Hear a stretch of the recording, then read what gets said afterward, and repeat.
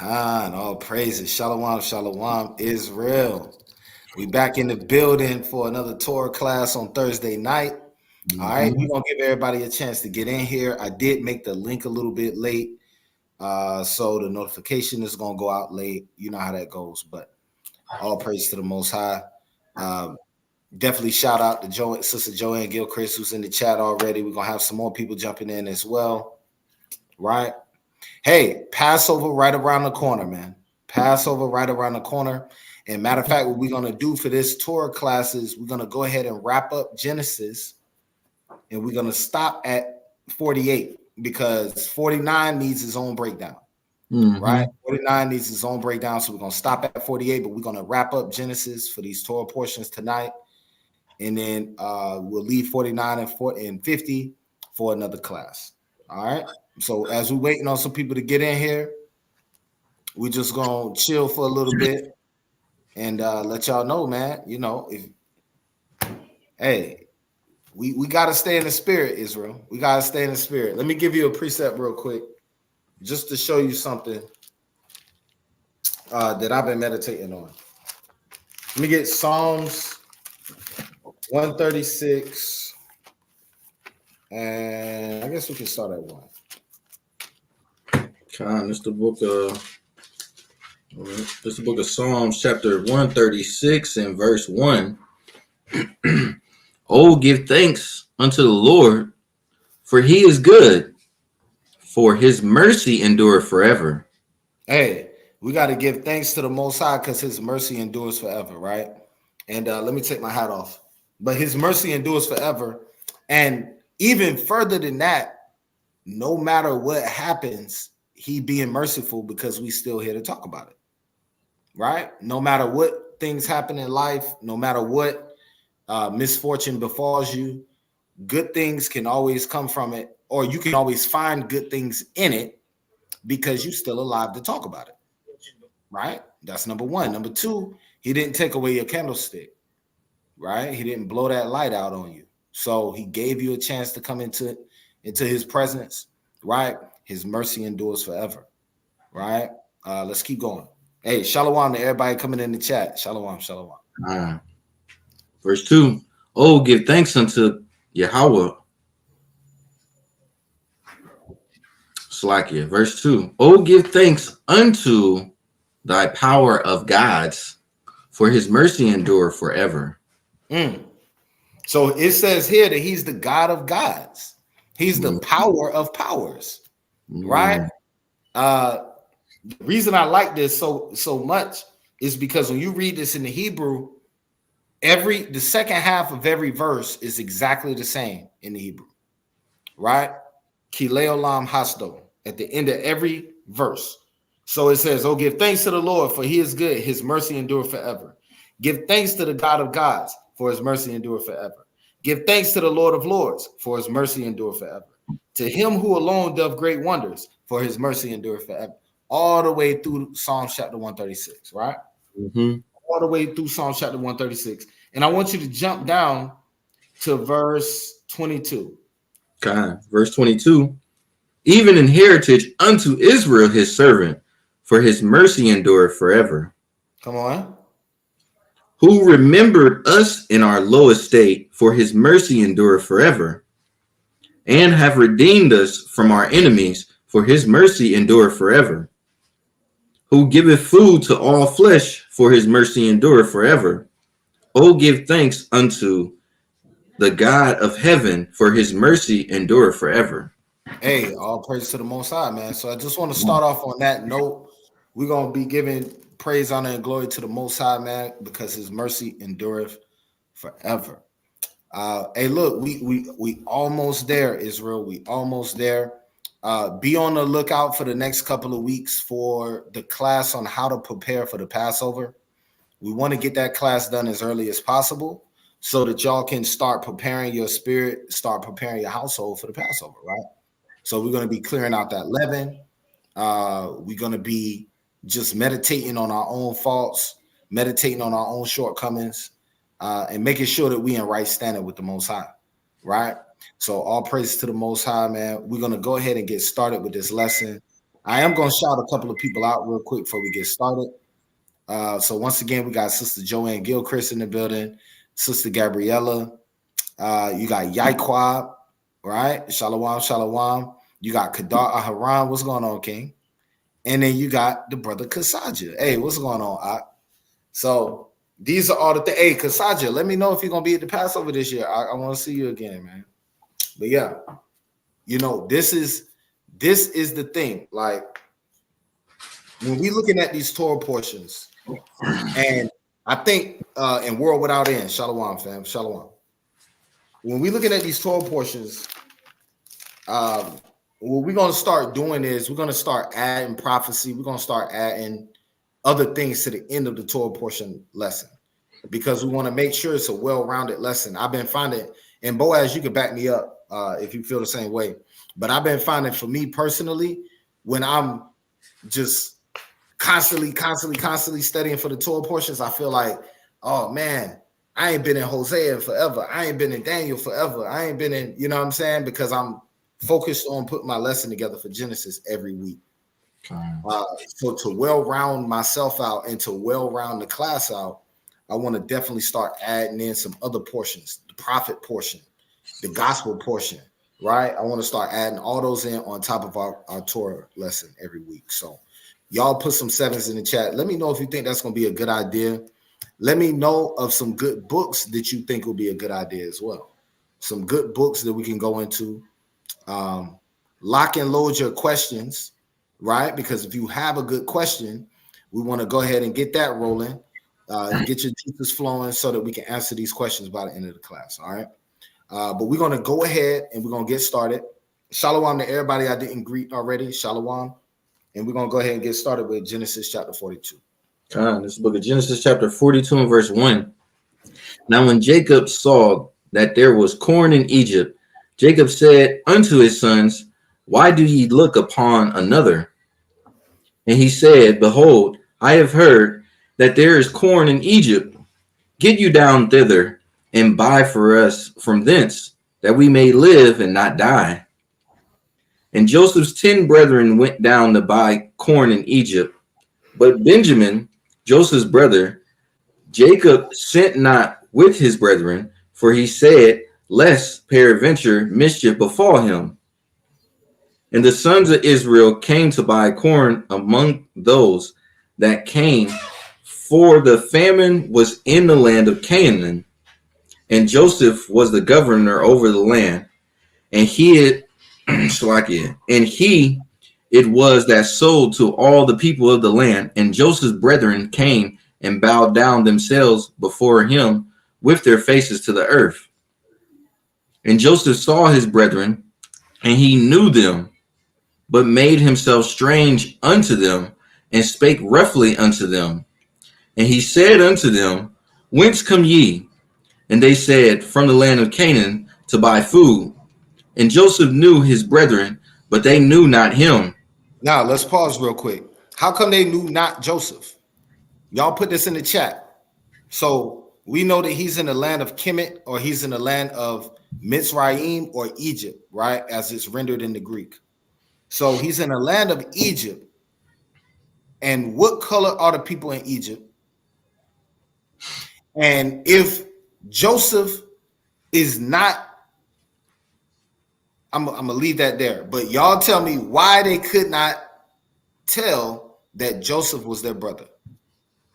Why couldn't they tell that Joseph was their brother? Okay, he's Brown said they haven't seen him in years. Mm-hmm. Okay, I can give you that. It's a little bit deeper than that, I would say. Right? I'm gonna give y'all a couple seconds, and I'm just gonna tell you, because we got a lot of reading to do. Right. Okay, and I do like.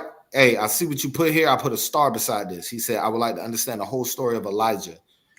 Definitely a good thing to go into.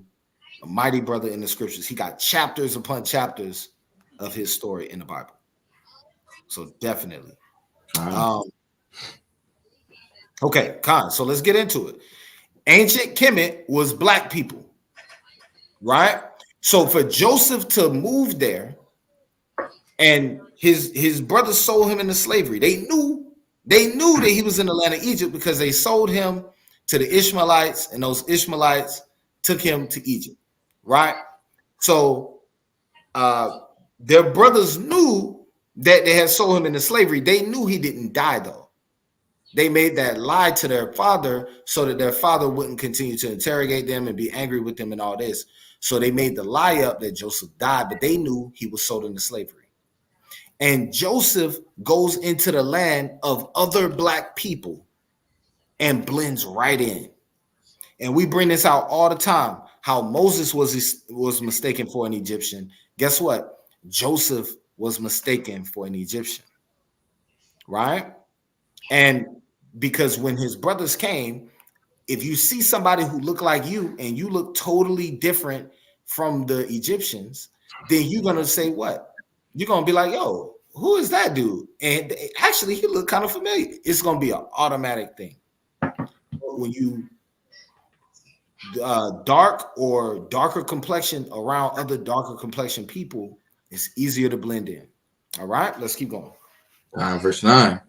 And Joseph remembered the dreams which he dreamed of them, and said unto them, Ye are spies. To see the nakedness of the land ye are come. And they said unto him, Nay, my lord, but to buy food are thy servants come. We are all one man's sons. We are true men. Thy servants are no spies. And he said unto them, Nay, but to see the nakedness of the land ye are come. And they said, Thy servants are 12 brethren, the sons of one man in the land of Canaan. And behold, the youngest is this day with our father, and one is not. And Joseph said unto them, That is it, that I spake unto you, saying, Ye are spies. Hereby ye shall be proved by the life of Pharaoh. Ye shall not go forth hence, except your youngest brother come hither. Send one of you, and let him fetch your brother, and ye shall be kept in prison, that your words may be proved, whether there be any truth in you, or else by the life of Pharaoh surely ye are spies. And he put them all together into ward 3 days. And Joseph said unto them the third day, This do and live, for I fear God. If ye be true men, let one of your brethren be bound in the house of your prison. Go ye, carry corn for the famine of your houses. But bring your youngest brother unto me, so shall your words be verified, and ye shall not die. And they did so. So basically, Joseph's whole plan is this. He like, okay, they done showed up in my land now. Okay, the tables done turned now. So now he's like, okay, the only way that I'm going to let you go is you got to bring your youngest brother. Now he did this, once again, this lesson is called the Chronicles of Yawasap the Wise. He did this because he knew that his father would have been heartbroken when they gave him the report that Joseph died. So now Joseph is like, okay, I'm going to take the other son now and I'm going to use him as the chip so that I can bring all the other brothers to their knees, right? Now, when you think about this, this is kind of a way of getting revenge, but Joseph is not doing this in a way to hurt anybody. He's doing this to prove a lesson, and he's doing this mainly because they don't remember who he is, and he knows exactly who they are, so he got the upper hand. Right. But let's keep going, because it's not a lot of precepts we need right here. We're just gonna let the story unfold. Yeah, he said he didn't know Benjamin was born. Right, he didn't know Benjamin was born till they told him. Right, and we're gonna see the story unfold. The story gonna unfold a little bit. Hey, shalom, Captain Yahweh. All right, let's keep going. Okay. Verse 21. And they said one to another, We are verily guilty concerning our brother, in that we saw the anguish of his soul when he besought us, and we would not hear. Therefore is this distress come upon us. And Reuben answered them, saying, Spake I not unto you, saying, Do not sin against the child, and ye would not hear? Therefore, behold, also his blood is required. So that's what they going into. So now they talking amongst each other and they like, dang, bro, like, how do we get in this situation? And Reuben, like, I told you, we shouldn't have did that boy Joseph like this. They still don't know this is Joseph, but they're reflecting on the evil that they've done in the past, right? And this happens all the time. You do something evil, and I tell my kids this all the time. You do something evil, it's going to come back to hunt you, right? You do something that's against these laws, statutes, the commandments, is going to come back to hunt you. When you driving down the street and you get a flat tire, you're going to be like, see, the Most High getting me. Most High getting me back. Mm-hmm. Right? So that's what they're going through right now. Verse 23. And they knew not that Joseph understood them, for he spake unto them by an interpreter.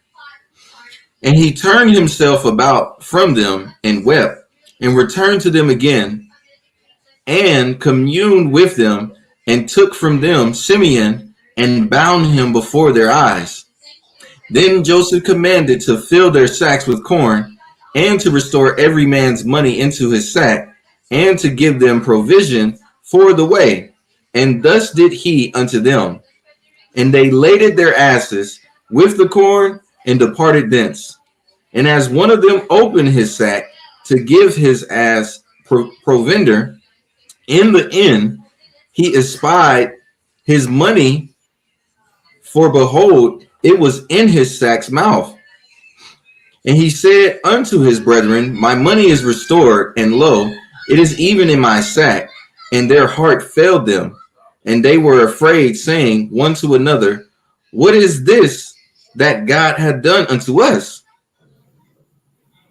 And they came unto Jacob, their father, unto the land of Canaan, and told him all that befell unto them, saying, the man who is the Lord of the land spake roughly to us, and took us for spies of the country. And we said unto him, we are true men, we are not spies. We be 12 brethren, sons of our father. One is not, and the youngest is this day with our father in the land of Canaan. And the man, the Lord of the country, said unto us, hereby shall I know that ye are true men. Leave one of your brethren here with me, and take food for the famine of your households, and be gone. And bring your youngest brother unto me. Then shall I know that ye are no spies, but that ye are true men. So will I deliver you your brother, and ye shall traffic in the land. And it came to pass, as they emptied their sacks, that behold, every man's bundle of money was in his sack. And when both they and their father saw the bundles of money, they were afraid. And Jacob their father said unto them, me have ye bereaved of my children. Joseph is not, and Simeon is not, and ye will take Benjamin away. All these things are against me. And Reuben spake unto his father, saying, slay my two sons, if I bring him not to thee. Deliver him into my hand, and I will bring him to thee again. And he said, my son shall not go down with you, for his brother is dead, and he is left alone. If mischief befall him by the way in the which ye go, then shall ye bring down my gray hairs with sorrow to the grave. So basically, they came back. They had the provender, they had the corn, they had the money. That was still the money they were supposed to pay for the corn. The people was instructed by Joseph to put that money back in the sack. So they put the money back in the sack with the corn. So when they got back, they all opened up the sack and they was like, oh snap, I got the money and the corn. So now they scared because they like, damn, these cats gonna think we trying to steal. You see what I'm saying? That's how they looking at it. They really blindsided by the whole thing, and the whole thing is a play by Joseph, right? And so now they get back, and Reuben is like, look, they told us all this stuff. They said we got to bring Benjamin. That's the only way we're gonna be able to get Simeon back, right? And Jacob was like, yo, if you take Benjamin and he die, you're gonna kill me with sorrow. And Reuben was like, what? He said, yo, first of all, remember that Reuben was the one who stood up for Joseph from the very beginning, right? Genesis 42:22 says, Reuben answered them, saying, Spake I not unto you, saying, do not sin against the child? So from the beginning, Reuben was the one that was bartering and bargaining, trying to make sure that Joseph wasn't done dirty. Right. All right. And now he's saying to Jacob, he like, look, not only will I bring Benjamin back, but if I don't, you can kill my kids, because I'm bringing him back. You ain't getting hurt twice. Right. You know what I'm saying? And that's some real stuff right there. So Reuben was the stand-up guy. If we got to really put it on the shoulders of one of the brothers, Reuben was the stand-up guy so far. All right. Okay. Let's keep going. This is the book of Genesis, chapter 43 and verse 1. And the famine was sore in the land, and it came to pass, when they had eaten up the corn which they had brought out of Egypt, their father said unto them, Go again, buy us a little food. And Judah spake unto him, saying, The man did solemnly protest unto us, saying, Ye shall not see my face, except your brother be with you. If thou wilt send our brother with us, we will go down and buy thee food. But if thou wilt not send him, we will not go down. For the man said unto us, Ye shall not see my face, except your brother be with you. And Israel said, Wherefore dealt ye so ill with me, as to tell the men whether ye had yet a brother? And they said, The man asked us straitly of our state and of our kindred, saying, Is your father yet alive? Have ye another brother? And we told him according to the tenor of these words, could we certainly know that he would say, Bring your brother down? So now Jacob questioning them and like, yo, why you told him that you had a little brother? Man, because we just wanted to tell the truth. We was trying to get up out of there. You know what I'm saying? They didn't know what was gonna happen, so they didn't see no harm in it. Right. All right. Verse 8. And Judah said unto Israel, his father, Send the lad with me, and we will arise and go, that we may live and not die, both we and thou, and also our little ones. I will be surety for him. Of my hand shalt thou require him. If I bring him not unto thee, and set him before thee, then let me bear the blame forever. For except we had lingered, surely now we had returned this second time. And their father Israel said unto them, If it must be so now, do this.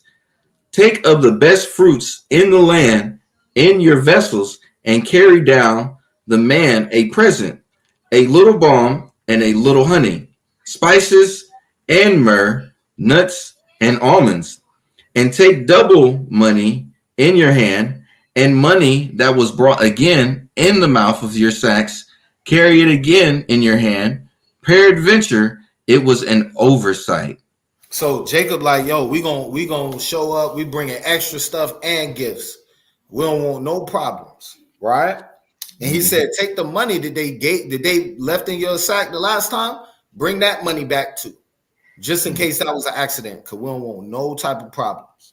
All right. So once again, I want to highlight this. From their perspective, they think that they're dealing with the other nations. From their perspective, they think they're dealing with the Lord of the Egyptians. For all they know, Joseph is an Egyptian, and all the men that work for him are Egyptians, right? And the way they're looking at it is they're not putting up curses on Joseph right now. I want you to read this story. They're not putting up curses and saying, oh, man, the Most High gonna kill this nigga, man. He trying to do this. He don't know who we are. They're not doing that. They're not even moving in that spirit, because if they was moving in that spirit, they would actually be putting curses up against their own brother, right? The one who's going to end up saving them in the end. So it's wise to know who you're dealing with before you take it to that, right? It's always wise to know who you're dealing with. And sometimes you don't know. You just don't know. And we gotta learn that, especially when we on the street and we dealing with somebody who don't know nothing and they just want to be a demon. Hey, sometimes you gotta move them with kindness. You know what I'm saying? Move them with love. Like they ain't gotta become a nigga, they ain't gotta become a demon or a bum, or they don't have to be none of those things, because you never know what the Most High got them set up to do later. Right? And then I want to give you another precept as well, because this is a good precept to think about as well. Give me Matthew 5:26. Let's start at 25. Okay. Just the book of too far. Just the book of Matthew, chapter 5 and verse 25. Agree with thine adversary quickly, whilst thou art in the way with him, lest at any time the adversary deliver thee to the judge, and the judge deliver thee to the officer, and thou be cast into prison. So they moving in wisdom right now, right? They moving in wisdom. They don't even know they moving in wisdom, but they just follow in the direction of their father. Mm-hmm. And it's like, yo, take all these gifts, do what you gotta do, bring the money back. We don't want no problems. Because if he sends his sons up there and his sons get cast into prison as well, and this could turn out bad. Like that could be the end of the 12 tribes right there. Mm-hmm. You get what I'm saying? Because they're going to be in prison. Jacob going to die. The blessings never get given out. It's a lot of avalanche and snowfall that comes from that. So them moving in wisdom and us moving in wisdom sometimes is the best thing to do. Everything don't have to come down to, man, I hate the damn devils and the damn heathen. Yes, cool. Hate them, right? The Most High hates them, so you ain't wrong in hating them. But at the same time, learn when to agree with your adversaries. Because sometimes, like, just being able to have a conversation with the cops, being able to have a conversation with the authorities will save you a lot of trouble that you didn't have to go through. All right. And add on to your point, Adawan, scripture also tells us, was it Yawasap that said, make friends with Mammon? Yeah, that's right. You know what I'm saying? So even in that aspect, like, if people will tell you you're not supposed to work or something, you're not supposed to work for your adversary or things like that. Well, it's like, you know, how you supposed to have a roof over your head, take care of your family and things like that? You know, sometimes you gotta put yourself in a position. I learned that you all learn to get comfortable being uncomfortable, so then you can be in a place of being comfortable. You know what I'm saying? That's right. Like I don't know. I was talking about. I remember you was talking about one time where it's like your position changed from your work, where it's like now you're in a different state from where you were at before, and everybody has the same story. Right. You know, when you come into the truth, not to be long-winded or anything, but you know. Yeah, we gotta and look, that's just a heavy point. We just gotta touch on. It's a heavy point because think about Joseph. Joseph was a man that was living in captivity. He worked for the Pharaoh. We just read that he spoke the Meduneter, right? Because it said that he was speaking to his brothers through an interpreter, right? Which means that he's putting on a show that I don't even know your language. I'm gonna speak to them in my language, and then when y'all walk away, I know what you were saying anyway, right? So Joseph was running a play on them. And the only thing we saying is that sometimes we got to be wise as a serpent and harmless as a dove, meaning that we have to put ourselves in position to win. And sometimes putting yourself in position to win is being wise and keeping your mouth closed, playing your part and going home, right? For the Most High line something better up. Because Joseph could have easily came in there and be like, oh, the Most High gonna kill all y'all Egyptians. He could have done that.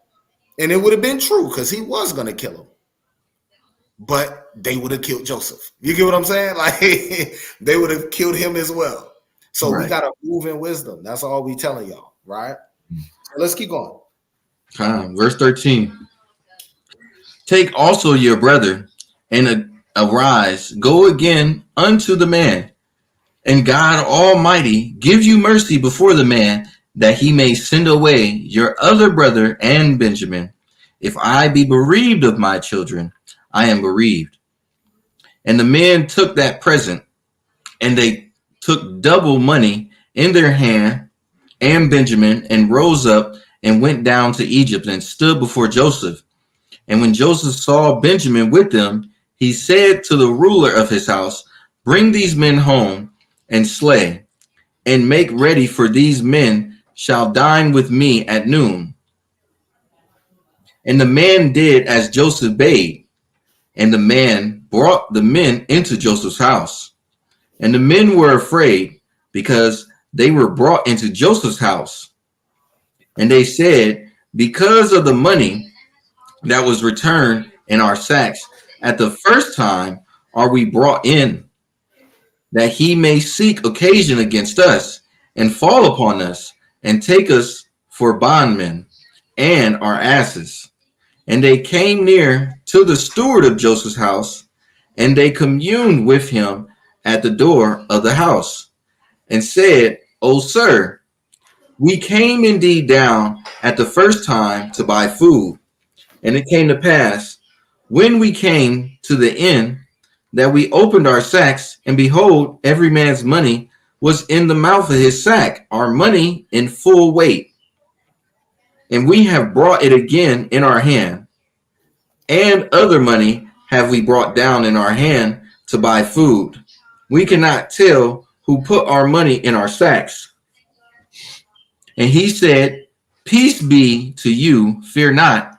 Your God and the God of your father have given you treasure in your sacks. I had your money, and he brought Simeon out unto them. And the man brought the men into Joseph's house, and gave them water, and they washed their feet, and he gave their asses provender. Yo, so hold on real quick. This is a very interesting verse. So the Egyptian man, right? We're assuming this is an Egyptian man, but the man who's the Lord of Joseph's house spoke to them and said, peace be unto you, your God and the God of your father. How he know that? How he knew that the God they served was the same God that their father served. Mm-hmm. How he knew that. And check this out. I had your money, and he brought Simeon out unto them, right? And then he washed their feet, gave them everything, gave them water. So they're treating them well. Right. You gotta pay attention to the story. The Most High is crazy. And this is what Yawasap was going into on the earlier part of his lesson earlier today. But what man, who has ever trusted in the Lord and been confounded? Right. Right. So when you trust in the Most High, even stuff that don't make no sense is gonna start working. And that's what happened. They in this foreign land. It's a man that don't know nothing about them. Maybe he does, but it's a man that don't know nothing about them. And this man is telling them, your God set this up. And your God, the God of your father, set this up. That's cold. Right? Let's keep going. God. Verse 25. And they made ready the present against Joseph. And they made ready the present against Joseph came at noon, for they heard that they should eat bread there. And when Joseph came home, they brought him the present, which was in their hand, into the house, and bowed themselves to him to the earth. And he asked them of their welfare, and said, is your father well?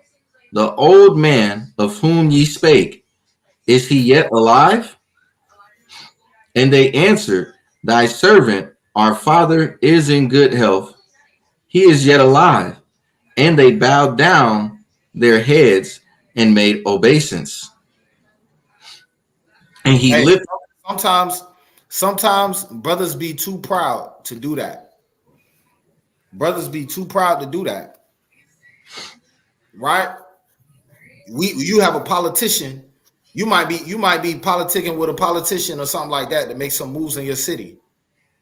And you don't want to give him the respect because you like, yo, he number one, he not in the truth. Number two, he worked for Esau. Number three, he's a part of this government. So to hell with him. I'm not giving him no respect. right? But when they came in front of Joseph, they gave him a certain level of respect. They gave him obeisance, right? Because they was like, yo, we need this to go well. And sometimes when you need a situation to go well, man, you gotta play the game. I'm gonna show you a precept in Daniel where Daniel did the same thing. So who taught us this spirit that we can't be subservient to the other nations when the Most High put us in that situation anyway? You're in this situation because the Most High put you here, right? We are under Deuteronomy 28 right now. And in Deuteronomy 28 says what? That you will serve your enemies in the land that you know not, right? Serving even other gods, even wood and stone. And so when these people come around, they are the head and you are the tail. So now, because you know the scriptures and you this super brew, you ain't never gonna give no Edomites respect. Every time they come in the room, you spit on the floor. I need y'all to pay attention, man. Watch what the prophets was doing. The prophets wasn't moving like that. The prophets was like, cool, the Most High set you up. So, you know what I'm saying? May the king live forever. Let me show you that real quick. Right? Let me show you that real quick. We're going to show you that. We're going to show you Daniel saying that. We're going to show you a couple of people saying that. Hold on, Salaki. I didn't have this prepared, but I think this is a good point to bring out.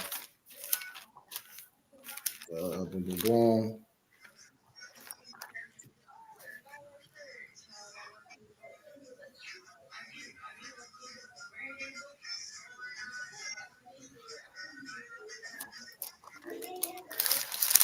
All right, boom, boom. 7 years of illness. Nope.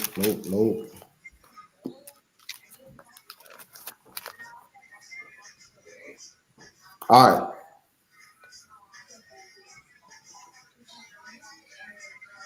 So check this out. Let me get Daniel chapter 2, and I'm going to start at verse. Matter of fact, I'm going to start at 31, just to give you the context a little bit. It's the book of Daniel, chapter 2, and verse 31. Thou, O king, sawest, and behold, a great image. This great image, whose brightness was excellent, stood before thee, and the form thereof was terrible. This image's head was a form. I said 21. That's my fault. Actually, start at. I said 31, but actually start at 24. Start at 24. Verse 24. Therefore Daniel went in unto Arioch, whom the king had ordained to destroy the wise men of Babylon. He went and said thus unto him, destroy not the wise men of Babylon.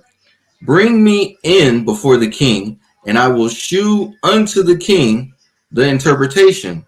Now, we talked about this a little bit last time when we were talking about Joseph, right? Joseph had the power to allow the entire kingdom of Egypt to fall because he knew the interpretation of the dream, and he could have been like, oh, they about to have 7 years of famine. Cool, I'm going to bounce up out of here overnight. This place is finished.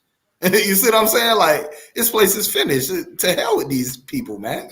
Mm-hmm. But he didn't do that. So Joseph didn't do that. That's number one. Right here, Daniel knows the interpretation of the dream. The false prophets and the false wise men of Babylon are now up against the death sentence because they don't know the interpretation of the dream. And Daniel says what? Kill not the wise men. Right? Destroy not the wise men of Babylon. Bring me in before the king, and I will show the king the interpretation. Mm-hmm. Because why? Because he understands that no matter, the Most High gonna kill them anyway. He gonna destroy them anyway. Why am I in a rush? Right. Why am I in a rush for that? I'm a finesse it and be smooth because guess what? I don't know the mind of the Most High. The Right. Most High might not have. It might not be that dude's time yet. It might not be that heathen's time just yet. But I am in such a rush to have that heathen killed that now I've exposed my true intentions to that heathen. Now he's my number one enemy. Right. So everything I do in the captivity now, he's my number one enemy. He on my back all the time because he knows my true intentions and that I really want him to die. Mm-hmm. You're going to make it And hard for in reality, I can move smooth and the Most High going to kill him anyway. Right. You see what I'm saying? That's crazy. Go ahead, King. Nah, I was going to say to that point that you was making, and then he wind up making it hard for him. So now in his captivity, not only is his captivity hard, now it's even harder. Like how I think about it. I was going to say actually when it talked about in rigor, you know what I'm saying? Exactly. It literally, exactly. That's the perfect point leading into the thought of the Passover, right? Because ultimately, we had to serve the Egyptians in rigor. Why? Because we started to multiply in the land. They saw us as a threat. So being humble is a way of protecting yourself. Right. And I don't think we meditate on that enough. Being humble, humility even comes as a part of being the children of Israel. Is it really humble for me to go around, we the top nation? Most High don't give a damn about nobody else. Is that humble? Is that a humble spirit? Right? So once again, we have to come with the spirit of the Most High going to protect his people. We know this. Mm-hmm. But I'm going to play it smooth because I don't know what his game plan is. And just in case he keep this heathen around for a little bit, that heathen won't know what my intentions are. He's not going to know my playbook. Right? Khan, go ahead. And I real quick, just real fast, because we peep this in Jeremiah where it talks about us in the land where we're carried away captive. It tells us to build houses, plant gardens, take wives, we get sons and daughters, take, you know what I'm saying, wives for our sons and husbands for the daughters and things like that. But another important part is here in Jeremiah 29 and verse 7, it says, and seek the peace of the city whither I have caused you to be carried away captives, and pray unto the Lord for it. It says, pray for the city that you in. That's right. And what we've in Genesis, the story about, you know what I'm saying, Yawasap the wise, did we hear anything about him talking negative about Egypt? You know what I'm saying? Can't find it. You can't find it. You can't find it.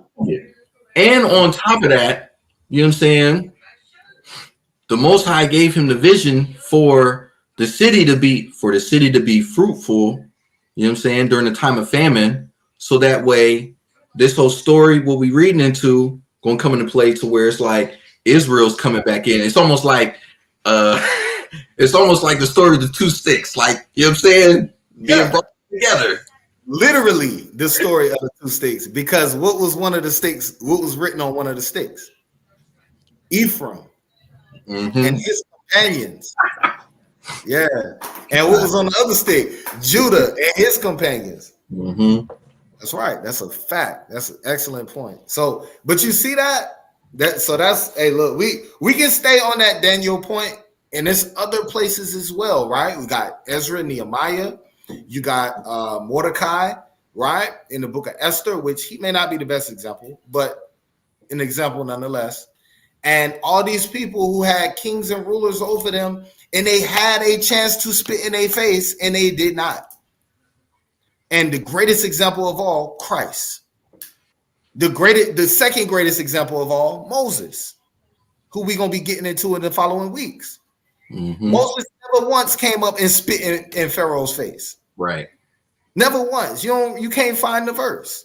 Christ did not spit in Pilate's face, although that would have been nice to see, but God, it would have been nice to see. Have one angel just run them through with the sword real quick. Right. But no folly. Let's go back. Let's go back to Genesis, man. Right.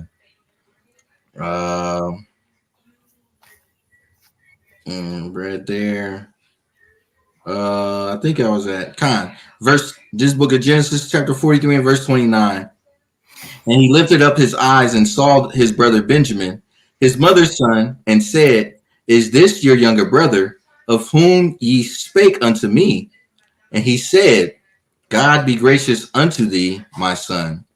And Joseph made haste, for his bowels did yearn upon his brother, and he sought where to weep. And he entered into his chamber and wept there. And he washed his face and went out and refrained himself and said, Set on bread. And they set on for him by himself, and for them by themselves, and for the Egyptians which did eat with him by themselves, because the Egyptians might not eat bread with the Hebrews, for that is an abomination unto the Egyptians. Okay. And they sat before him, the firstborn according to his birthright, and the youngest according to his youth. And the men marveled one at another. And he took and sent messages unto them from before him. But Benjamin's mess was 5 times so much as any of theirs, and they drank and were merry with him. All right. So Yawasap just filling them out, but he also getting caught up every once in a while, you know what I'm saying, choking back them tears. And he like, man, I'm about to break out to the back real quick. I'll be right back. Right. Go wipe his face, splash a little water. Right. It's really a funny story if you think about it. It's really, really funny. All right, let's keep going. Verse 40, chapter 44. This book of Genesis, chapter 44 and verse 1. And he commanded the steward of his house, saying, Fill the man's sacks with food as much as they can carry, and put every man's money in his sack's mouth. And they put my cup, the silver cup, in the sack's mouth of the youngest, and his corn money. And he did according to the word that Joseph had spoken. As soon as the morning was light, the men were sent away, and their asses.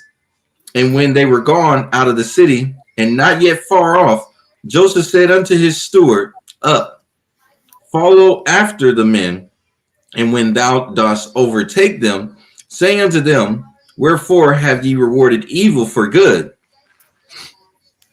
Is not this it in which my Lord drinketh, and whereby indeed he divineth?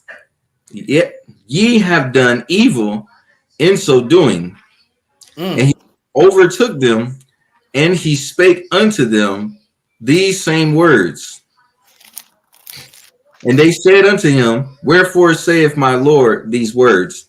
God forbid that thy servant should do according to this thing. Behold, the money which we found in our sacks' mouths, we brought again unto thee out of the land of Canaan. How then should we steal out of thy Lord's house silver or gold? With whomsoever of thy servants it be found, both let him die, and we also will be my Lord's bondmen. And now, he said, I want to bring this out real quick. This right here, when he said this, that was not a wise thing to say, right? So when the man came out, they had already planted the cup in their sack. It was a setup, right? Once again, this is all a plan by Joseph to test them and prove them, right? And he just planned with them to a certain degree. But the man said, whoever's mouth is found in, let him die. And we will also be my Lord's bondmen. So he spoke too soon right there because he didn't know that they were set up, right? But let's keep going. Verse 10. And he said, Now also let it be according unto your words. He with whom it is found shall be my servant, and ye shall be blameless. Then they speedily took down every man his sack to the ground, and opened every man his sack. And he searched and began at the eldest, and left at the youngest. and the cup was found in Benjamin's sack. Then they rent their clothes and laded every man his ass and returned to the city. And Judah and his brethren came to Joseph's house, for he was yet there. And they fell before him on the ground. And Joseph said unto them, What deed is this that ye have done? Wot ye not that such a man as I can certainly divine? Now, what does that mean? What does it mean? A man as I can certainly divine. Go ahead. So it's like make trial. You said make trial? Yes. Okay. Okay, so to search a matter out, to counsel, to figure something out, right? Yeah. Let me go into the Hebrew real quick. So we got Genesis 44. Dang, I lost my place. What verse is that again? 15. 15. All right, 15. Very interesting words. To practice. This is 44 and 15. So it says, boom, boom, boom, boom, boom. Look at this. And I wish I could show this on the screen, but it literally says to practice divination.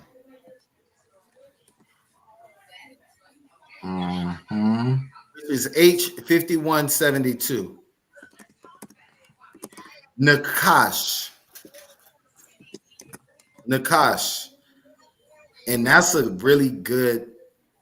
good word to go into, but I'm not going to. But anyway, Nakash is a Hebrew word that's used in very strange places throughout the Bible, to say the least. But anyway, so basically Joseph is saying, did you think you was wise enough to outsmart me? You thought I wasn't going to figure out what's going on here? Now he has some level of insight, and he's telling them it's the cup. Earlier when we were reading, he said that it's the cup, it's his cup that he drinks out of and that he divines, right? Mm-hmm. So that's basically saying he uses that to discover some type of deep information or insight that other people wouldn't have. So now when they found it, and there it is right there on the screen, to practice divination, a very interesting word. But when they found it, Joseph says, did you think that I could not divine or have the insight or the intuition to know what's going on here? That's the word he chose to use. But let's keep reading, because I don't want to stay on that point too long, but I'm going to make a point when we get to it. Okay. Verse 16. And Judah said, What shall we say unto my Lord? What shall we speak? Or how shall we clear ourselves? God hath found out the iniquity of thy servants. Behold, we are my Lord's servants, both we and he also with whom the cup is found. And he said, God forbid that I should do so, but the man in whose hand the cup is found, he shall be my servant. And as for you, get you up in peace unto your father. Then Judah came near unto him and said, O my Lord, let thy servant, I pray thee, speak a word in my Lord's ears, and let not thine anger burn against thy servant, for thou art even as Pharaoh.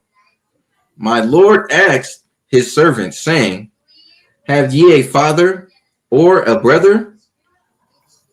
And we said unto my Lord, We have a father, an old man, and a child of his old age, a little one, and his brother is dead, and he alone is left of his mother, and his father loveth him.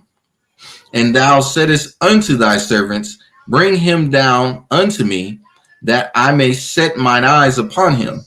And we said unto my Lord, That lad cannot leave his father, for if he should leave his father, his father would die. And thou saidest unto thy servants, except your youngest brother come down with you, ye shall see my face no more. And it came to pass, when we came up unto thy servant my father, we told him the words of my Lord. And our father said, go again and buy us a little food. And we said, we cannot go down if our youngest brother be with us. Then will we go down, for we may not see the man's face except our youngest brother be with us. And thy servant my father said unto us, ye know that my wife bare me 2 sons, and the one went out from me, and I said, surely he is torn in pieces, and I saw him not since. And if ye take this also from me, and mischief befall him, ye shall bring down my gray hairs with sorrow to the grave.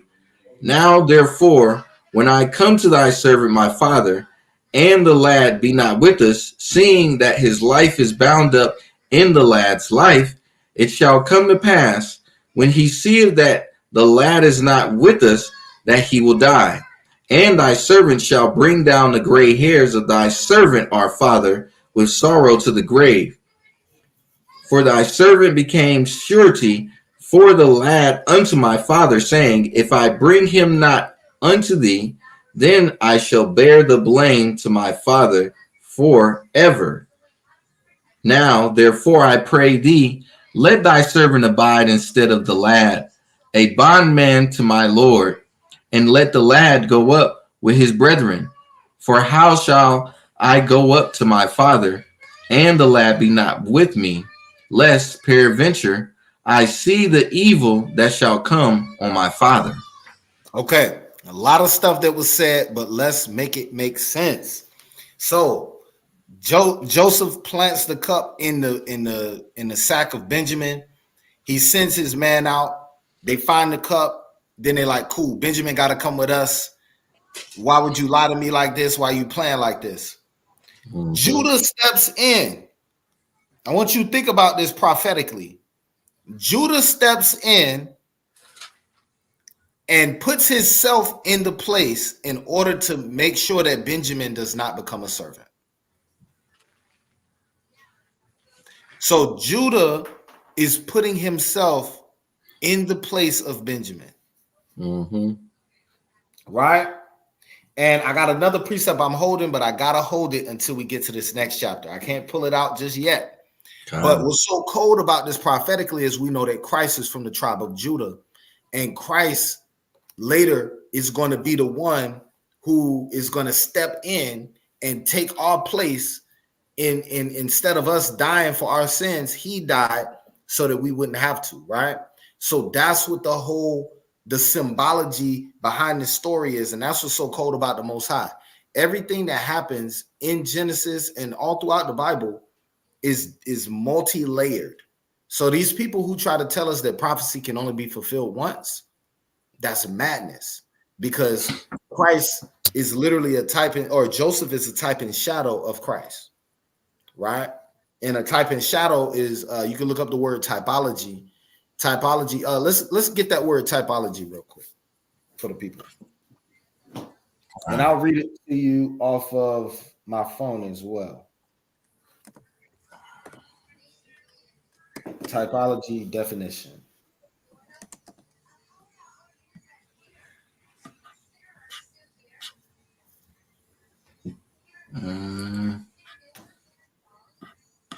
There we go. Wow. Yeah, Khan, that's right. David was from the tribe of Judah, and Saul was from the tribe of Benjamin. That's absolutely right.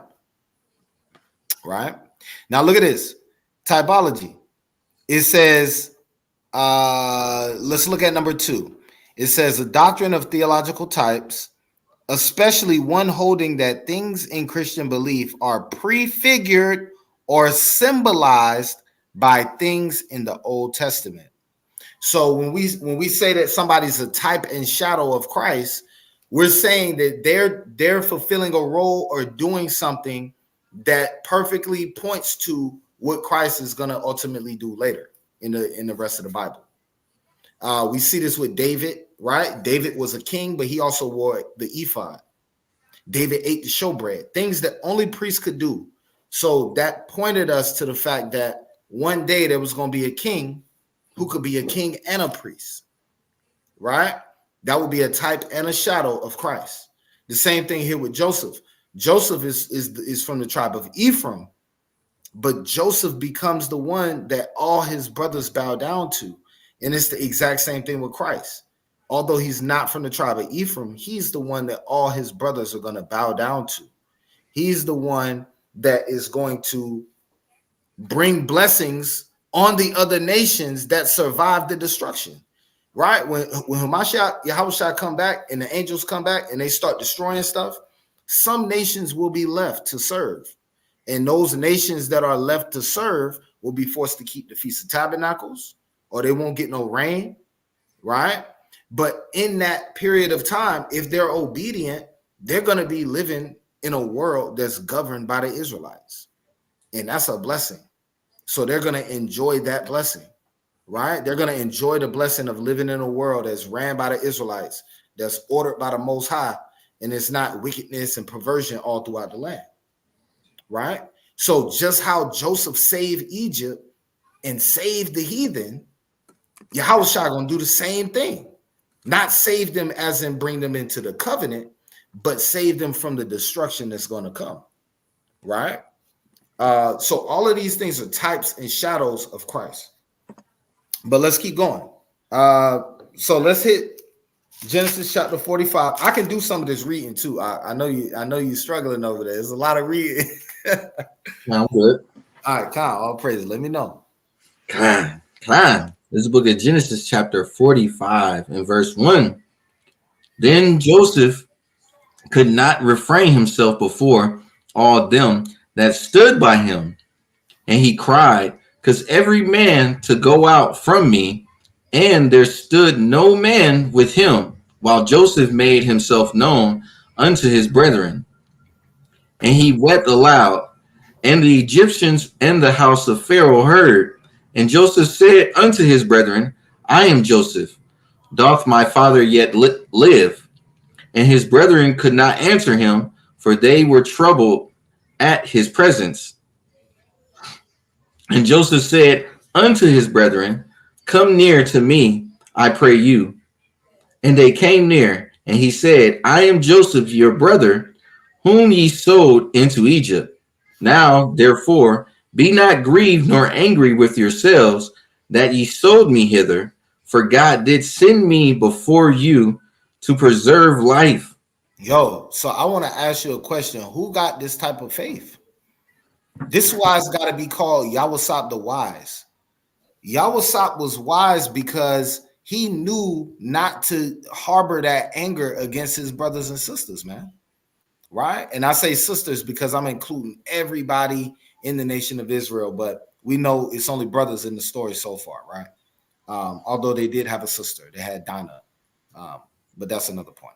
So he harbored no anger against his brothers, even though they sold him into slavery. Because why? He saw that ultimately the Most High God was the one who put him through this in order to save them later. So I want to ask you a question, and we do this every year, right? We every year right before the Passover, we start, oh man, I'm gonna start hitting people up, and I'm gonna start hitting people up and making sure they ain't got no arts with me, and you know what I'm saying? I'm gonna clear the slate before the Passover come. I'm gonna tell you right now, you shouldn't be waiting until the Passover. You shouldn't be waiting until the Passover. That's number one. But number two, if you're not moving with the spirit of forgiveness and just hoping the best for all of your brothers and sisters in Israel, if you're not moving with that spirit, you're not moving like Yawasap. You're not moving in the spirit of wisdom, right? Because Yawasap, he saw the Most High's hand in the evil that his brothers brought against him. How many of us can see the Most High's hand in the evil that somebody else is bringing against us? That's a hard thing to do. That's a hard thing to do, man. So That's the big lesson from this story. And he told them, he said, yo, don't even be grieved nor angry with yourselves, because the Most High sent me here to preserve your life. Now I want to get a precept. This is Isaiah chapter 11 and verse 13. Right?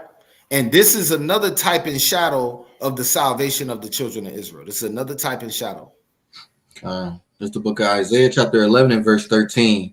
Mm-hmm. The envy also of Ephraim shall depart, and the adversaries of Judah shall be cut off. Ephraim shall not envy Judah, and Judah shall not vex Ephraim. You see that? This is the prophecy that's ultimately going to come to pass. See, the Most High is a genius. When he told this story in Genesis, Judah was one of the main ones who was trying to sell Joseph into slavery. It was Reuben who stood up. It was clearly Reuben. We've read it maybe 5 times, going back to the last time we taught the Joseph lesson. It was Reuben who stood up and said, yo, don't do this, man. Right? Now, Judah has had a change of heart because he's seen all the sorrow that his father had to go through. And is this not what Christ is doing? He's seeing the sorrow that his father's going through, and he's like, yo, man, I got to save my people. I got to save my people.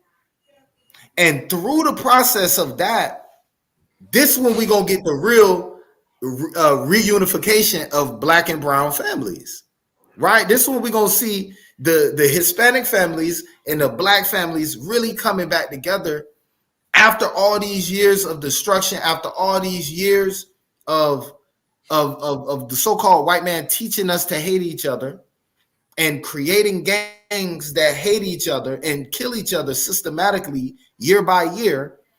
The Bible is prophesying that one day we're going to step back and we're going to be like, yo, we gotta squash this, right? And that's going back to what Boaz was talking about earlier when he was saying that this is the reunification of the 2 sticks. Mm-hmm. Right? Judah coming back with Ephraim. And look, Ephraim's not even mad. Ephraim not even mad. Joseph not even angry. He's sitting back like, yo, I ain't even mad at y'all, man. Matter of fact, thank you. You know what I'm saying? I think Joseph will go so far as to say, hey, you know what? It's all good. Don't even bring this up no more. Because he understands that the Most High put him here to save his people. All right, so let's keep going. Verse 6. For these 2 years, read it again. For these 2 years have the famine been in the land, and yet there are 5 years in the which there shall neither be earing nor harvest. And God sent me before you to preserve you a posterity in the earth, and to save your lives by a great deliverance.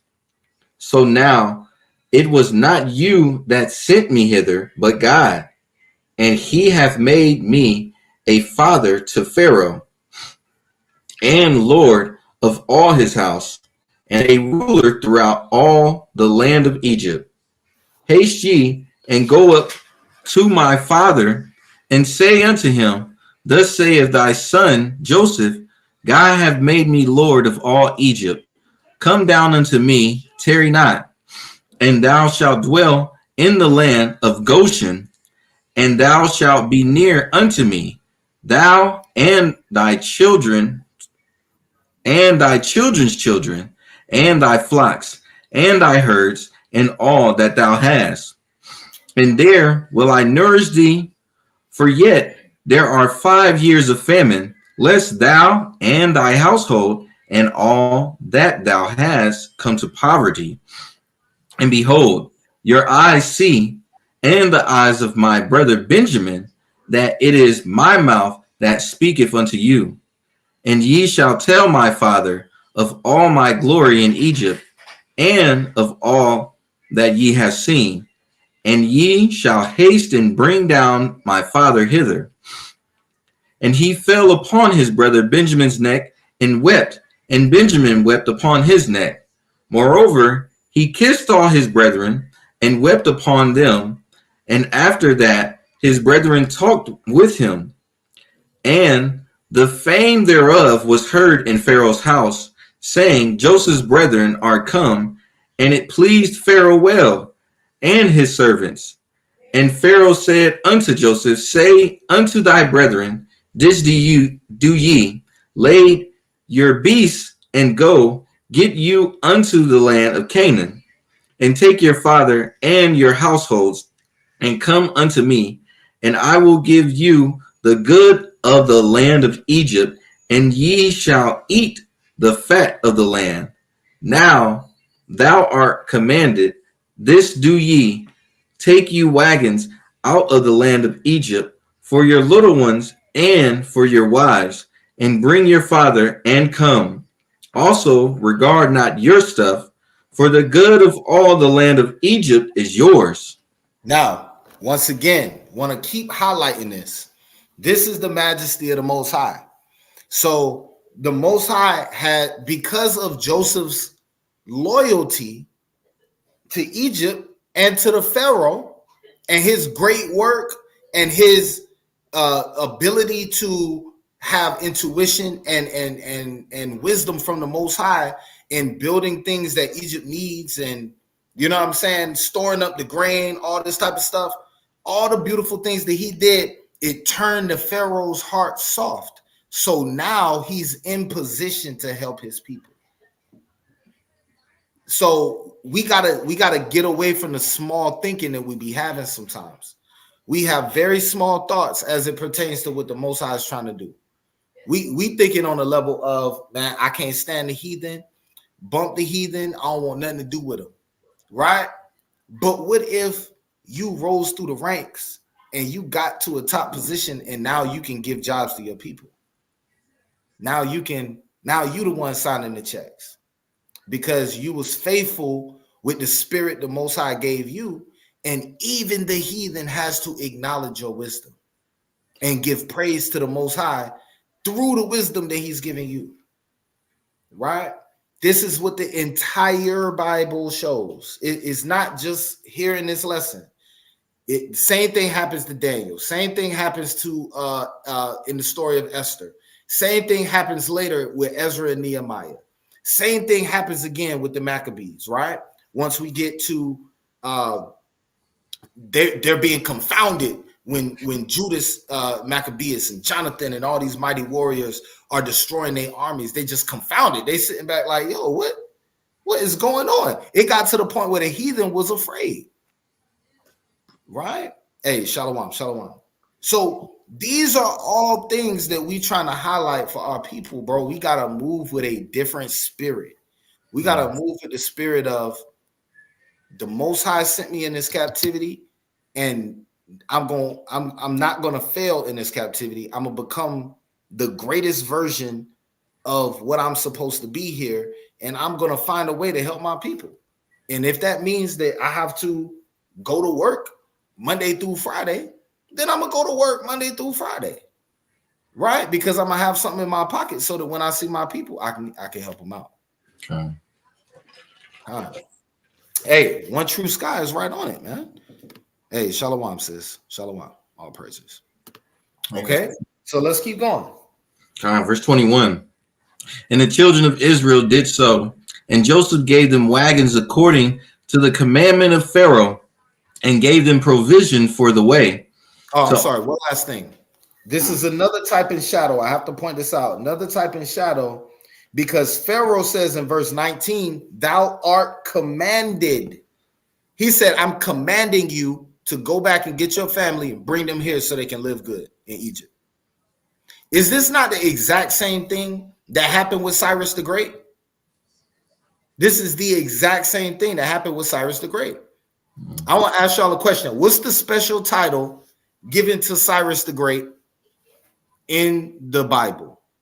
What is the special title given to Cyrus the Great in the Bible? I want to see if y'all know this. Right?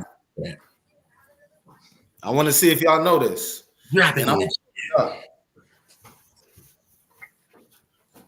The special title given to Cyrus the Great.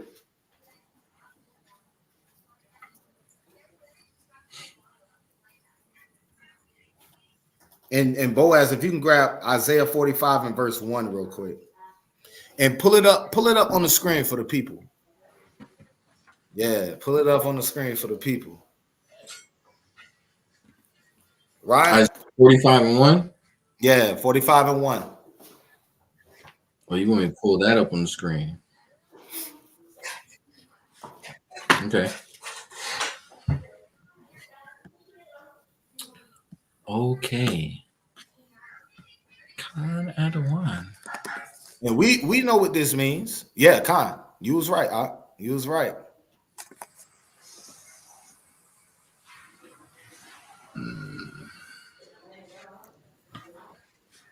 And actually, we're gonna show you the Hebrew too. This is an important teaching moment. Whoever's under the rulership, and let me hold that thought. I'm gonna come back to that thought.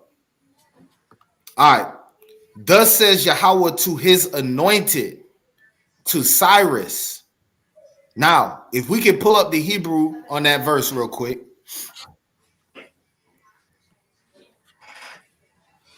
Okay. Now, hold on. Nope. Scroll in. I just want the Hebrew. Oh, okay. Yeah, we'll look at them words in a second. I just want the Hebrew. I want to show you something. Something I learned from a mighty teacher on the internet. No, I want you to scroll all the way up to where it just shows those Hebrew words in like the paragraph. Yeah, keep going up. Okay. Right. Okay. First, it reads from right to left. All right. It says Koamar Yahweh Lim Shiko. Now that word Lim Shiko, right? That's the word Mashiach. And I'm going to show you that when we scroll down. But the first word say Koamar Yahweh. Koamar Yahweh is a special formula used in the Old Testament only. It's not found in the New Testament. That phrase means, thus says the Lord. Right? So whatever's about to be said is, thus says the Most High God. Then it don't even say the Lord. It don't say Adonai. It says, thus says Yahweh. It starts with a lamet. It says, Lim Shiko. Li, whenever it starts with that lamet, you see that third, go to that fourth word right there and just circle around that lamet so that people can see it. It's the tall letter. Word? Yeah, right there, that tall letter. So circle around that with your cursor. You see that? That prefix right there means two. So thus says the Lord to my anointed one. Now scroll down so we can see what that word Lim Shiko is real quick. Scroll down, boom, boom, boom. It's almost there. Right there. H4899. Right?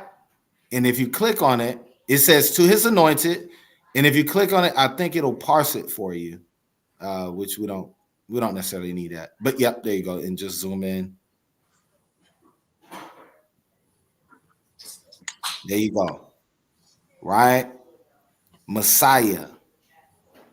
So I wanted to bring that out to show you, if you have the spirit, if you're living during the time of Cyrus, right? Now we got to think about, what does it mean to be anointed? Anointed means set aside for a particular purpose. The king was anointed with oil and with the spirit. The priests were anointed, the high priest was anointed with oil and the spirit, right? This guy was anointed with what? What y'all gonna say in the chat? We know he wasn't anointed with oil, so what was he anointed with? He was anointed with the spirit to send the children of Israel back to their homeland. That thought did not come from his own self. The Most High anointed him with that thought. The Most High poured that thought out on him. He gave him that thought. He implanted that thought in Cyrus's mind. So this is not that he's the Messiah as in Christ, because Christ is anointed with oil and with the spirit. There you go. The Most High used him and caused him to do his will. So when we see here, back in Genesis chapter 45, starting at verse 19, the Most High putting this on his spirit. He's literally saying, I command you to go back and get your people and come back over here and live good in this land of Egypt. Right?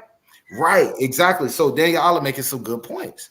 He said Christians would say that this equals he getting salvation. No, you got to understand, if he was getting salvation, when was the prophet sent to him to tell him to repent? When was the prophet sent to Cyrus to tell him to repent? Mm-hmm. Cyrus don't know what's going on. The Most High just said, yo, I want you, come over here, do this. It was on his spirit. He had to do it. He had no choice. And that's why we say that man's goings are of the Lord. So it's so cold when we read this in the Bible because we can sit back and watch. But this is what I want to highlight. If you have a Cyrus in your life, a person of high stature and authority that you work for, right? But you got so much disdain for them because they are heathen. You got so much hatred and in whatever. And what's another word, man? I don't even know. But you got so much hatred in your spirit for this heathen. Now you can't even allow him to do what the Most High put on his spirit to do to help your people. Yeah. Go ahead, King. What you got? Oh man, I was about to take it all the way back to Abraham, man. Hey, they do it. Gotta take this back to Abraham. Genesis 12.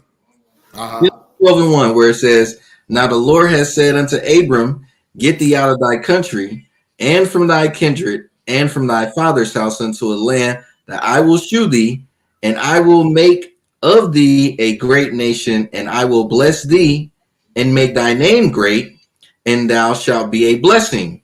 Joseph was made great and was made a blessing for Israel and for the land of Egypt. That's right. Right? And it says, I will bless them that bless thee.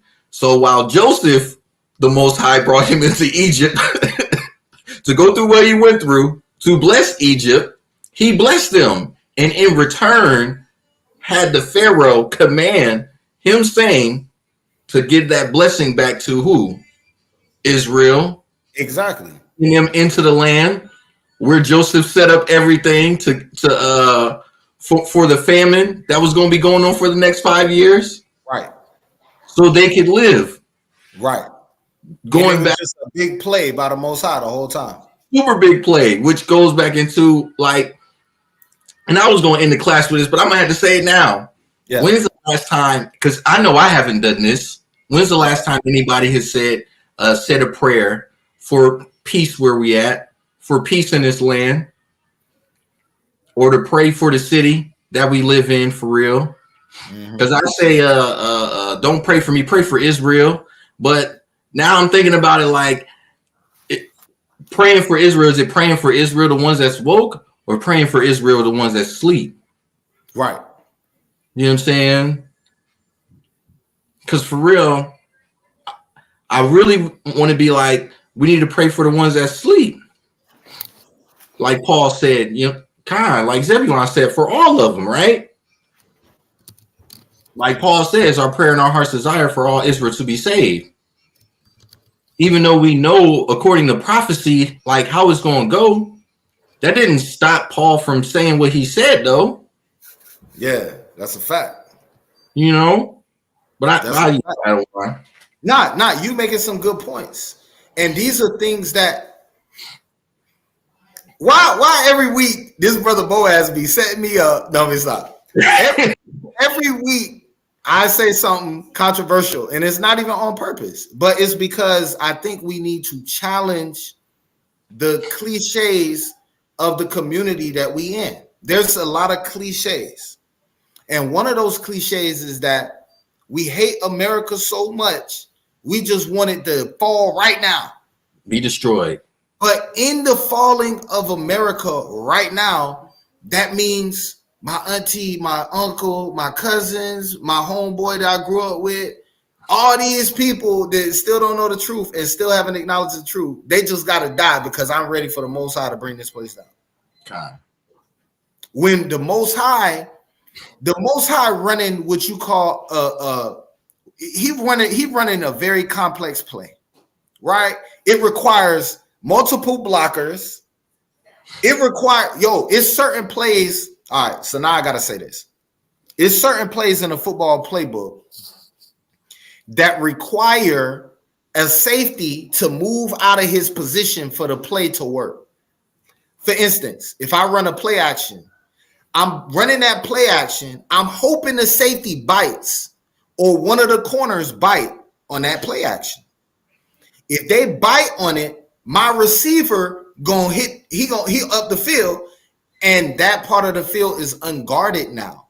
But it required somebody from the other team to cooperate in order for my play to work. So what the Most High is doing is he's running a complex play that requires cooperation from the other team. Mm-hmm. And when we see other people from the other team, we see the other safeties dropping down, we get mad. Man, to hell with that damn safety, man.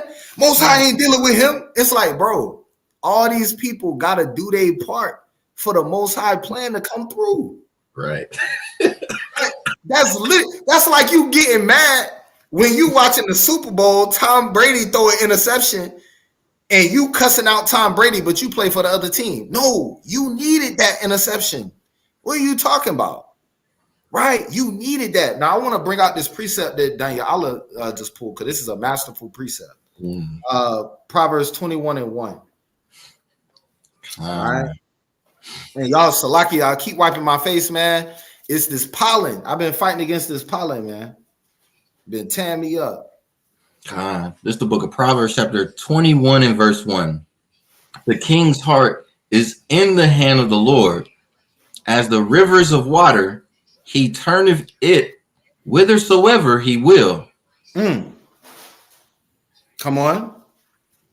Every way of a man is right in his own eyes, but the Lord pondereth the hearts. Hey, and then in another place in the Bible, it says the lot is cast into the lap, but every decision is of the Lord. So these other nations, they got prophets and they got priests and they doing divination, right? We just read about that a little bit earlier. They're doing divination. They're doing everything under the sun to make decisions and to understand why they need to do this and why they need to do that. Nowadays, you probably got algorithms that run programs for like these big generals and these armies and stuff. And they're like, yo, based on the algorithm, we're not going to do that. We're going to do it like this, right? So they have all these divination tools and all these things, but ultimately it's the Most High saying, nah, I need you over here, because when I blow this place up, I need you to be there getting blown up, right? This is how the Most High plays chess. And our stupid behinds, because we want this place to fall so bad, we ain't even letting the Most High set the pawns up in the right place so he can get the checkmate. Right. That's the point of this lesson. That's the entire point of this. Like, we could literally just stop reading the rest of this for real. Because that's the point. The Most High playing chess, you playing checkers, and you mad because he ain't destroyed their king yet. Right. But how can we be mad that they ain't destroyed it yet? It's like, okay, I'm gonna do that, but are you in the right place for that? Because it's like your mind's so focused on this thing, because now that you've discovered the Most High hated Esau, we not even looking at it from the right perspective. Even though we made in the image of him, he like, yeah, I hate Esau, but I also created all of this, and I gave him the sword and the fatness of the earth to do all these things that he's doing.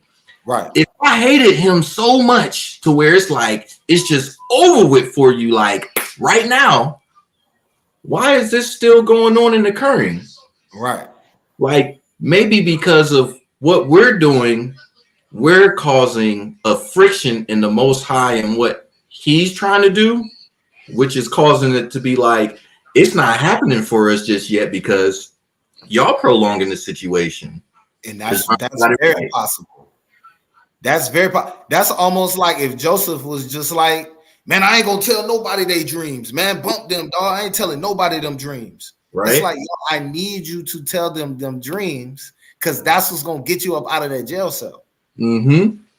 Hey, look what Daniel Allah said. Yo, this brother on a roll tonight, man. And I say this all the time. So this is even funny that I'm about to say this. When we first lived in Virginia, my homeboy Ronnie was talking about this. And we was like, yo, I feel like some of these people on earth, they not real people. I'm gonna make that make sense.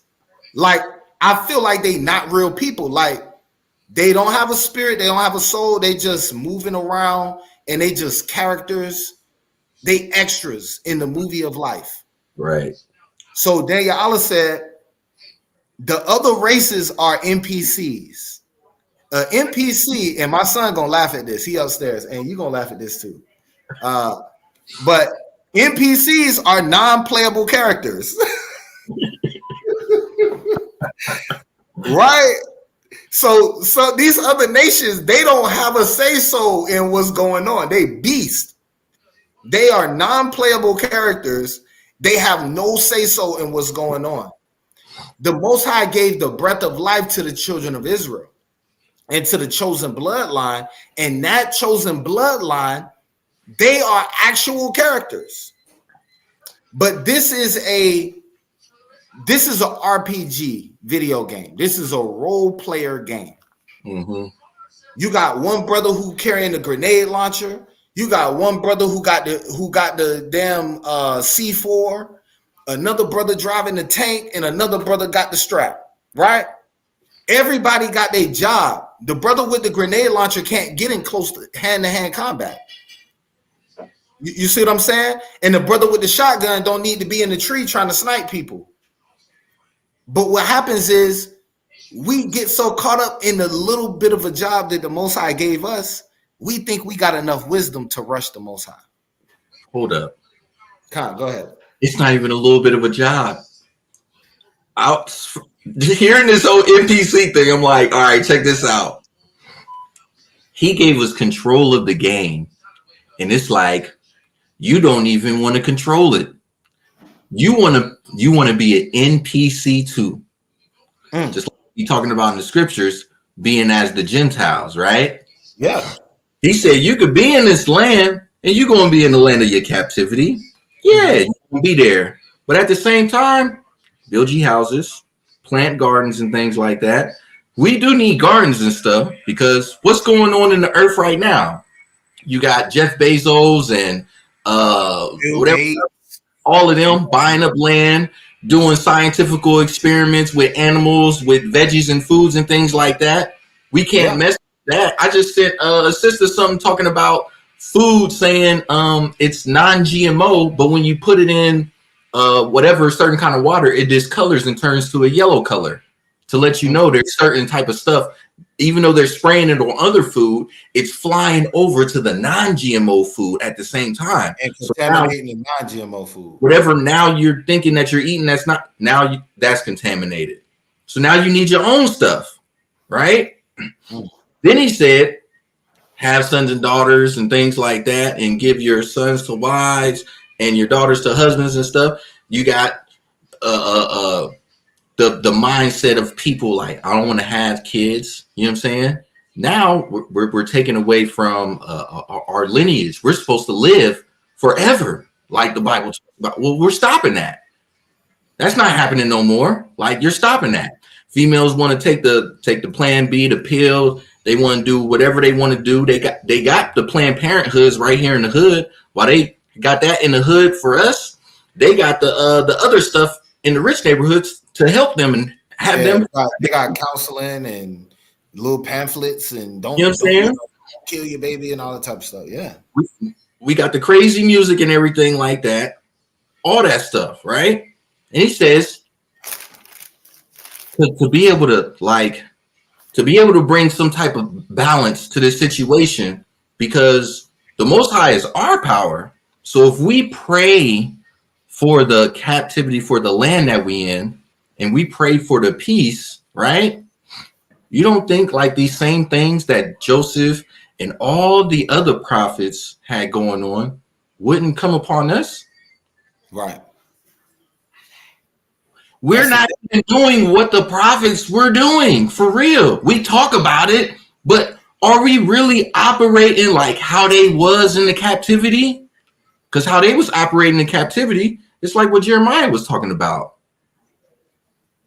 Yeah, building whole societies. And look, and we said this at the groundbreaking. The only reason we have proof that there were Israelites in the ancient world is because we built societies and left synagogues behind and left documentation behind and left archaeology behind. They wasn't just sitting around being a regular person all week and then on the Sabbath I'm gonna be an Israelite. No, Right. They wasn't doing that. They was living a whole culture, creating great things in captivity. Everywhere we went, you can follow us. Everywhere we went, from Babylon, right, all the way to Timbuktu, right, which is why the book is called Babylon to Timbuktu. Mm-hmm. Everywhere we went in between, we were building great civilizations everywhere.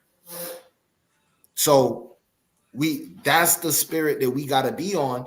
And we also just have to remember that these other people are pawns and rooks and knights on the Most High's chessboard. That's it. Mm-hmm. And why I'm going to be so mad at you. I hate the heathen, just like the next man. I hate the heathen. Keep them away from me. I ain't chilling with no heathens, right? But at the same time, I'm not spending no energy on you, because the Most High gonna do what he gonna do. And when I show up to work, I'm pleasant me, right? Hey, John, how's it going? You know what I'm saying? They be trying to hit you with that. You know how they do? Hey, John, how's it going? I'll be like, what's up, man? How you doing? Yeah, peace with many. You know what I'm saying? You know what I'm saying? I'm gonna be at peace with many, and I'm gonna understand that the Most High is using them to do what they doing, and I'm not worried about that. When he brings destruction on them, he bring destruction on them. Real talk. You know, I had a not to stretch this out any longer, but this week, my coworker, we had a customer. We told them what our names were, and my coworker, he's 6'4", big giant. You know what I'm saying? Big giant brother. Esau keep calling him George, like George Foreman. His name is Sir. He told him, like, my name's Sterling, right? Yeah. He keep calling George.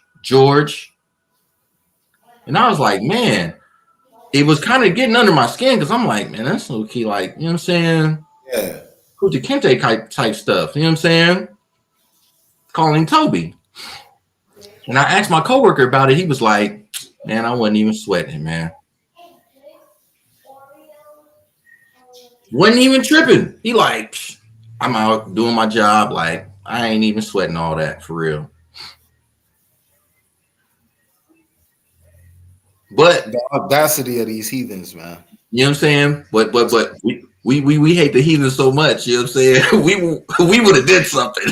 You feel me? Yeah, we'd be ready. Yeah, we'd be ready. You know what I'm saying? Like, oh yeah, I got a story to tell, so I did this, and the heathen didn't know. You know what I'm saying? Because I was like, blah blah blah. You know what I mean? Like, I could have been like, you know what I'm saying? In the kingdom, I require if you a song or something. You know what I'm saying? Could have did that, you know, but we was working. We was getting our job done. The funny thing about it is, they got water running into their house, and even though after we did what we did, they still got water running into their house. So all praise to the Most High for that heathen being as ignorant as he was, and telling a lie on us at the same time. And that's the thing. It's so cold because we ain't trying to teach nobody, yo, just allow these people to run over you. Of course, we're not gonna teach that. Right. Of course, we're not gonna teach that. But at the same time, we just gotta really be able to hone in and have that same spirit that Joseph had. Like, I understand the Most High doing something. And I don't want to be the one to slow it down. Right. I don't want to be I can't slow it down, number one. But I don't want to be the one that didn't do his job, and now the Most High got to throw me away. So I'm gonna perform my job, and I'm gonna know the Most High is doing his thing. And one day he's gonna destroy these heathens, and I'm not gonna miss them. Right. That's how I look at it. So let's finish this up. I think we'll just stop. I think we'll stop at the end of this chapter. I do want to touch on a couple of things that's in the chat, but I think we can probably wrap it up here. We're gonna do 3 chapters at one. I know, man. I know this is cold. This is a lot of. I'm staying on tonight until you're stupid. We staying on here tonight until your Yawasap come back, man. Go ahead. God, verse 21. Genesis chapter 45, verse 21. And the children of Israel did so, and Joseph gave them wagons according to the commandment of Pharaoh, and gave them provision for the way. To all of them he gave each man changes of raiment, but to Benjamin he gave 300 pieces of silver and 5 changes of raiment. And to his father he sent after this manner 10 asses laden with the good things of Egypt, and 10 she-asses laden with corn and bread and meat for his father by the way. So he sent his brethren away, and they departed. And he said unto them, see that ye fall not out by the way. And they went up out of Egypt and came into the land of Canaan unto Jacob their father, and told him, saying, Joseph is yet alive, and he is governor over all the land of Egypt. And Jacob's heart fainted, for he believed them not. And they told him all the words of Joseph, which he had said unto them. And when he saw the wagons which Joseph had sent to carry him, the spirit of Jacob their father revived. And Israel said, it is enough. Joseph my son is yet alive. I will go and see him before I die. So, hey, beautiful story, man. It's a real cold story. I would love to keep reading, but kind of bit off more than we could chew this week. And also, we're going to have Genesis 48 and 49 and 50. So we got to finish out Genesis. So be on the lookout. We're probably going to end up squeezing in a class here or there. It may not be on a Thursday. It's probably going to be squeezed in. And then I'll drop that class sometime throughout the week or maybe even the weekend so that we can get through this, because we got to start Exodus before Passover season starts, right? We have to start Exodus before Passover season starts. But we definitely appreciate everybody who was in the chat, everybody who was participating. We know this lesson was a little bit different. It was a lot of reading and it was a lot less precepts. But we appreciate y'all for rocking with us, man. It's like you out of wine. I was just thinking about this because everybody's talking about this. Everybody's talking about the eclipse, right? Yeah. You know what I realized the other day? I was talking to another brother. I said, you know what, man? The same day the eclipse falls on is the same day of the new moon. Yeah. Like, this is going to be real interesting. You know what I'm saying? And I'm excited to see it.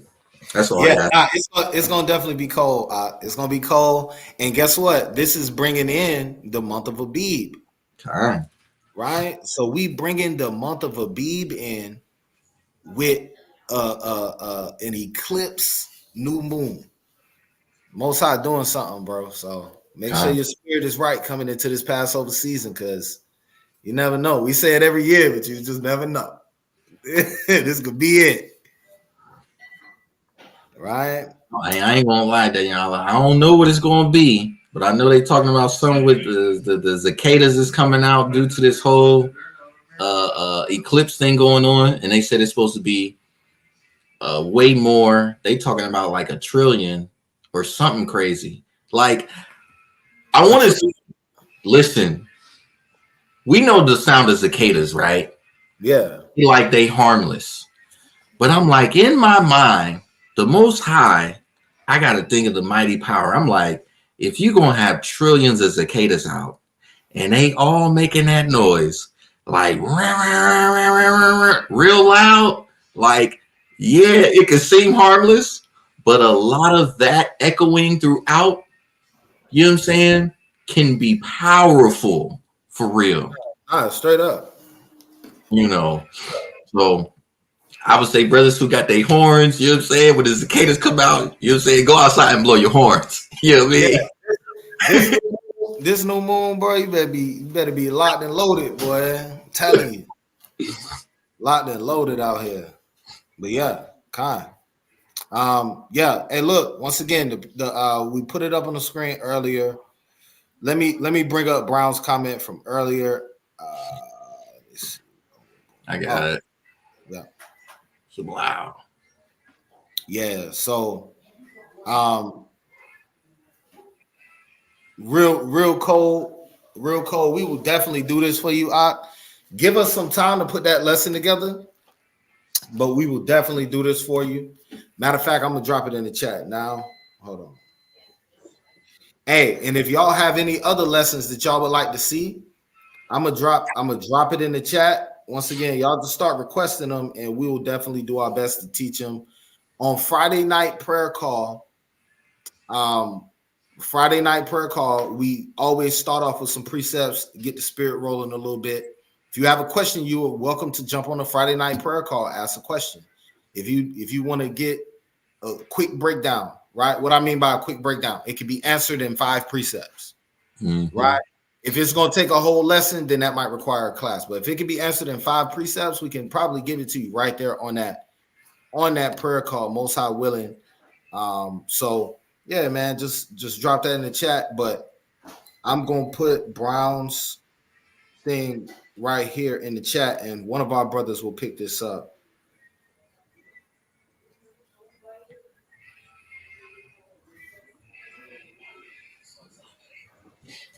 All right. So, hey, look, appreciate y'all. Get your tickets for the Passover.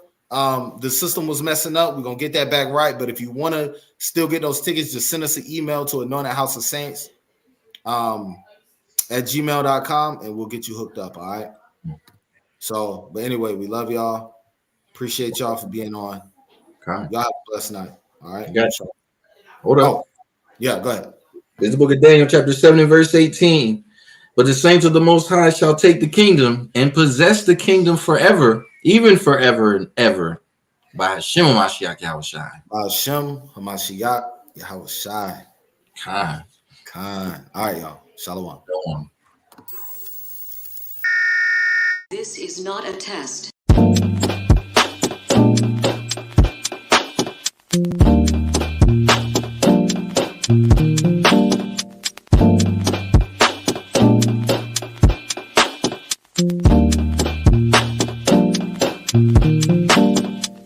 Black skin, black sauce, black Jesus, black music, black skin, black sauce, black Jesus, black music, black skin, black sauce, black Jesus, black music, black skin, black sauce, black Jesus, black music, black music, black